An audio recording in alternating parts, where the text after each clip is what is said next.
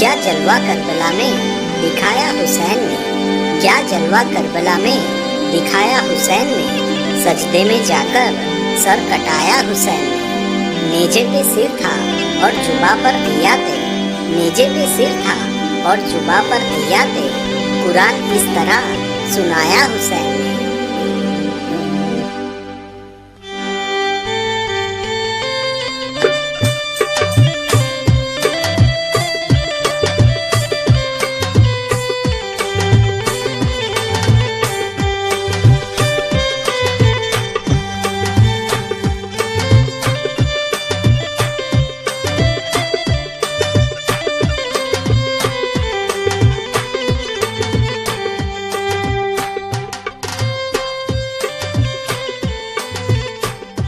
ایک دن بڑے غرور سے کہنے لگی زمین، ایک دن بڑے غرور سے کہنے لگی زمین، اے میرے نصیب میں پرچم حسین کا۔ پھر چاند نے کہا میرے سینے کے داغ دیکھ، پھر چاند نے کہا میرے سینے کے داغ دیکھ، ہوتا ہے آسمان پر بھی ماتم حسین کا۔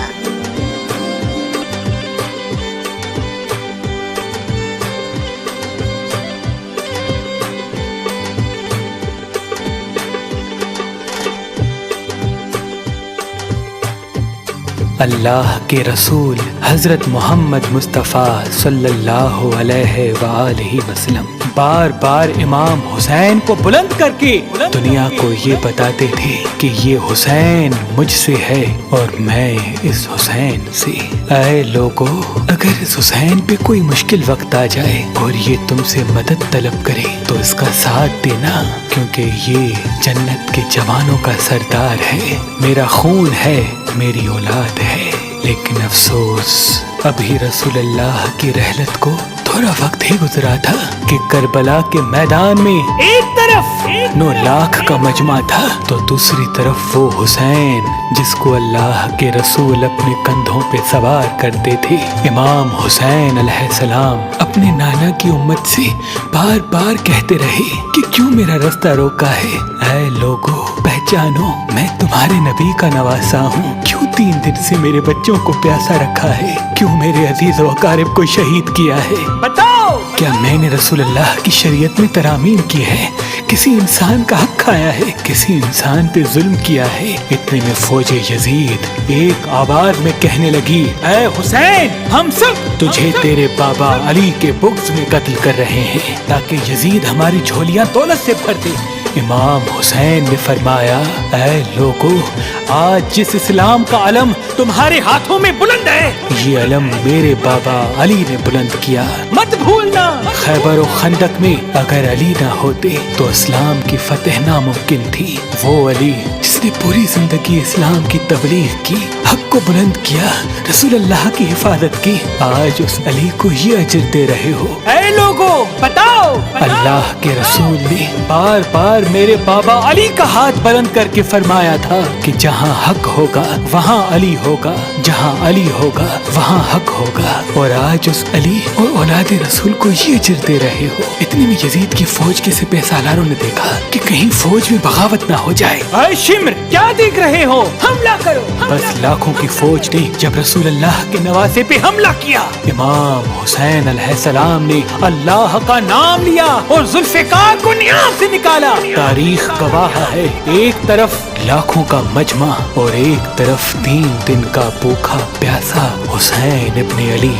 زمین پہ اس طرح کی جنگ پہلے کبھی نہیں دیکھی تھی کہ ایک تنہا انسان لاکھوں کے مجمع کو اس طرح سے فنار کر رہا ہے کہ فوج اشکیا واپس پلٹ کے بھاگنے لگی۔ امام حسین فوج یزید سے مخاطب ہو کے فرماتے ہیں، آؤ 3 دن کے بھوکے کی جنگ دیکھو، 3 دن کے پیاسے کی جنگ دیکھو، رسول کے اس نواسے کی جنگ دیکھو، اس کی جنگ دیکھو جس کا جوان بھائی مارا گیا، جس کے جوان بیٹے کو نظروں کے سامنے قتل کیا گیا، جس نے اپنے ہی ہاتھوں سے اپنے بچے کی قبر بنائی۔ امام حسین شیر کی طرح فوج یزید سے لڑ رہے ہیں۔ اتنے میں آواز غیب آتی ہے، حسین تیرا اللہ تجھ سے راضی ہوا۔ بس اس صدا کا سننا تھا۔ امام حسین علیہ السلام نے اپنی ذوالفقار کو تھام لیا۔ اتنی میں عمر بن سعد کہتا ہے، شمر کیا دیکھ رہے ہو؟ یہ علی کا شیر ہے، اس کو مات دینا ناممکن ہے، جاؤ خیموں کو آگ لگا دو۔ بس کچھ ظالموں نے بیبیوں کے خیموں کو آگ لگا دی اور کچھ امام حسین کو دور سے تیر مارنے لگے۔ امام حسین کبھی بیبیوں کے خیموں کی طرف بڑھتے ہیں، کبھی فوج کی طرف جاتے ہیں۔ عمر بن سعد اور شمر نے فوج کو 4 حصوں میں تقسیم کر دیا اور یہ کہا کہ کوئی بھی حسین کے قریب نہ جائے، جس کے پاس جو چیز ہے وہ دور سے حسین کو مارے۔ جس کے پاس نیزہ تھا اس نے نیزہ مارا، جس کے پاس تیر تھے وہ تیر مارتا رہا، جس کے پاس برچیاں تھی وہ برچیاں مارنے لگا۔ تاریخ نے لکھا جس کے پاس مارنے کے لیے کچھ نہ تھا وہ کربلا کی کرب زمین سے مٹی اٹھا کے امام حسین کی طرف پھینکتا رہا۔ امام حسین کے جسم مبارک پہ ہزاروں زخم لگتے رہے۔ آپ کے جسم مبارک پر اتنی تیر تھے کہ آپ کا جسم مبارک نظر تک نہیں آ رہا تھا۔ بس جیسے ہی نواسائے رسول گھوڑے کی زین سے زمین پہ آتے ہیں، فوج یزید جھومنا شروع کر دیتی ہے، لیکن اتنے میں وہ گھوڑا جس پہ آپ سواری کیا کرتے تھے وہ امام حسین کے چاروں طرف گھومنا شروع کر دیتا ہے تاکہ ان تیروں سے میں اپنے آقا حسین کو بچا لوں۔ وہ گھوڑا دوڑ ہی رہا تھا، اتنے میں عمر بن سعد نے کہا، اے لوگو رکو، میں نے اپنی آنکھوں سے دیکھا تھا اس گھوڑے پہ اللہ کے رسول سواری کرتے تھے، کہیں تیر اس گھوڑے کو نہ لگے، اور یوں تیروں کو چلانا بند کیا گیا۔ افسوس ہے ان لوگوں کو اس گھوڑے کا تو احترام معلوم تھا جس پہ رسول اللہ سواری کیا کرتے تھے، لیکن اس حسین کا احترام بھول چکے جن کو اپنے کندھوں پہ سوار کر کے امت کو دکھایا کرتے تھے۔ بس امام حسین علیہ السلام زمین کربلا پہ اپنا سر رکھ کے اللہ کا شکر کر رہے ہیں، اور وہاں فوج یزید کے مختلف سپاہی امام حسین کا سر کاٹنے کے لیے قریب آتے ہیں۔ جو بھی قریب آ کے امام حسین کے سر کو دیکھے تو اسے امام حسین کے چہرے میں رسول اللہ کا چہرہ نظر آئے اور وہ چیخ کے دور چلا جائے۔ اتنے میں شمر کہنے لگا، یہ کام مجھ سے ہی ہونا ہے۔ جیسے ہی شمر نے خنجر امام حسین کے گلے پہ رکھا تو وہ دیکھے امام حسین کے لب ہل رہے ہیں۔ اس نے سوچا ہم نے حسین کا پورا خاندان قتل کر دیا، 3 دن تک حسین کے بچوں کو پیاسا رکھا، شاید حسین ہمیں بد دعا دے رہے ہوں گے۔ سننے کے لیے کان قریب کرے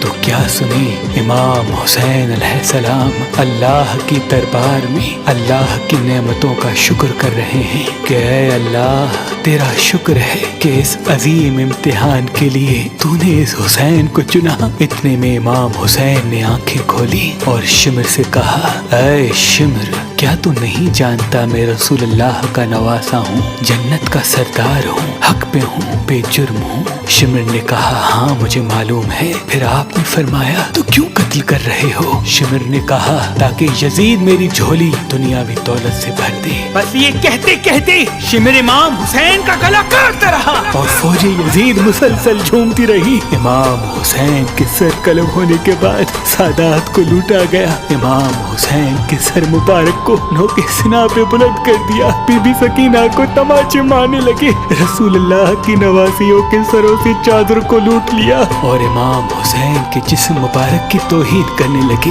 تاریخ نے لکھا امام حسین کے جسم پر جو چیزیں تھیں ان کو لوٹنے لگے۔ اتنے میں ایک شخص امام حسین کے جسم کے قریب آیا۔ امام حسین کے ہاتھ میں ایک انگوٹھی پہنی تھی، اتارنے کی کوشش کی نہ اتری، وہ انگلی کاٹ کے انگوٹھی لے گیا۔ آپ کے جسم مبارک کو رسیوں سے باندھ کے کربلا کی گرم زمین پہ ادھر سے ادھر پھرایا گیا۔